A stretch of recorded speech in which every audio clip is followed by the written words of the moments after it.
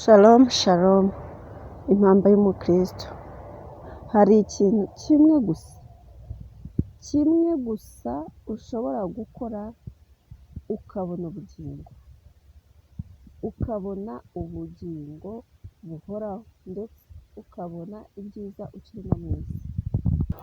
Umuririmbyi w'145 mu gushimisha we yaravuze ngo kugukorera ni byiza mukiza wanjye.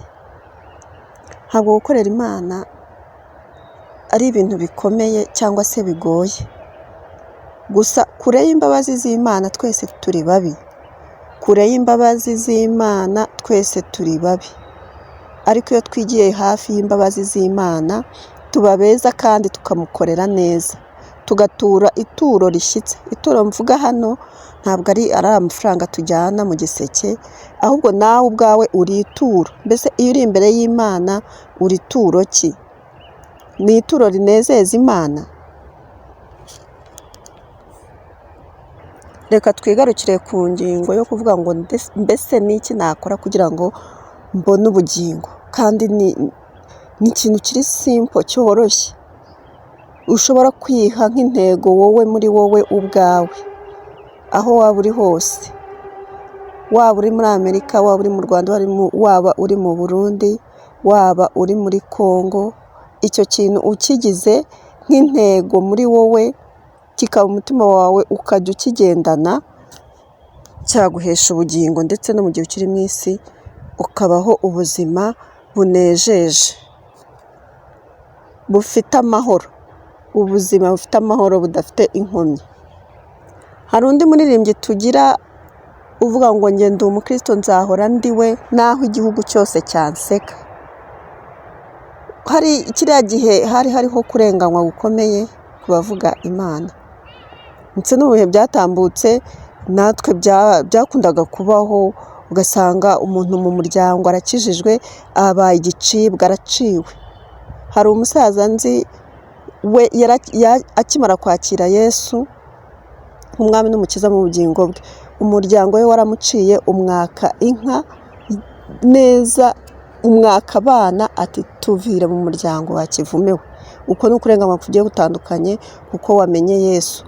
Gusa ubu ngubu simpamya ko bigikomeye nka mbere, ariko reka twirebere icyo kintu. Mbese icyo kintu ni ikihe? Icyo kintu ni uguhesha Satani zeru.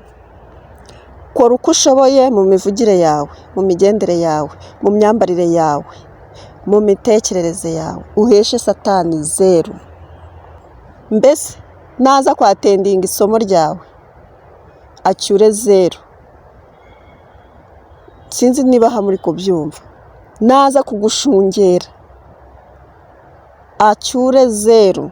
Satani aratugenza mu buryo bukomeye, kuko arakugenzura. Mbese byanakwanga akajya kubwira Imana ati nubwo ubona akijijwe bimeze gutya, mwaka ibi ngibi urebe. Gusa hari imbaraga zikomeye ziba ziturwanirira. Hesha Satani zeru, naza kukwigaho abone zeru. Mbese munyuranye ururimi, ntiyumve ibyo uri kuvuga, ntiyumve ibyo uri gukora, abone zeru, acyure zeru Satani n'ingabo ze. Icyo kintu kizatuma ubona ubugingo. Guhera ku rwara rwawe kugeza ku musatsi wawe, Satani nacyure zeru. Iyo mvuze guhera ku rwara kugeza ku musatsi wawe, ubwo mba mvuze mu magambo yawe, Satani acyuremo zeru. Mu kiganiro uri bugirane n'abagenzi bawe, acyure zeru. Imyambarire yawe nayigeraho, acyure zeru. Abura ikirego ku Mana. Mu baturanyi acyure zeru. Mu ishuri banyeshuri acyure zeru. Muri quiz, mu ma examen, mu makati acyure zeru. Mu muhanda uri kugenda acyure zeru. Muri korari abaririmbyi, umurimo mwiza Imana ikunda, umurimo mwiza uzakomeza kubaho na nyuma y'ubu buzima turi mu isi, uburirimbyi. Mu miririmbire yawe Satani acyure zeru. Ujye uririmba usekera Imana. Ni ukuri usekera Imana kandi bituruke mu mutima, apana inyuma. Muri gahunda za repetisiyo abone zeru.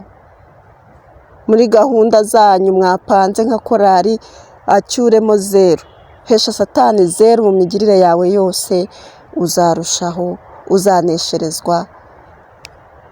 Ugira iyo ntego muri wowe ati Mana nshaka ko Satani abona 0 kuri njyewe kanaka.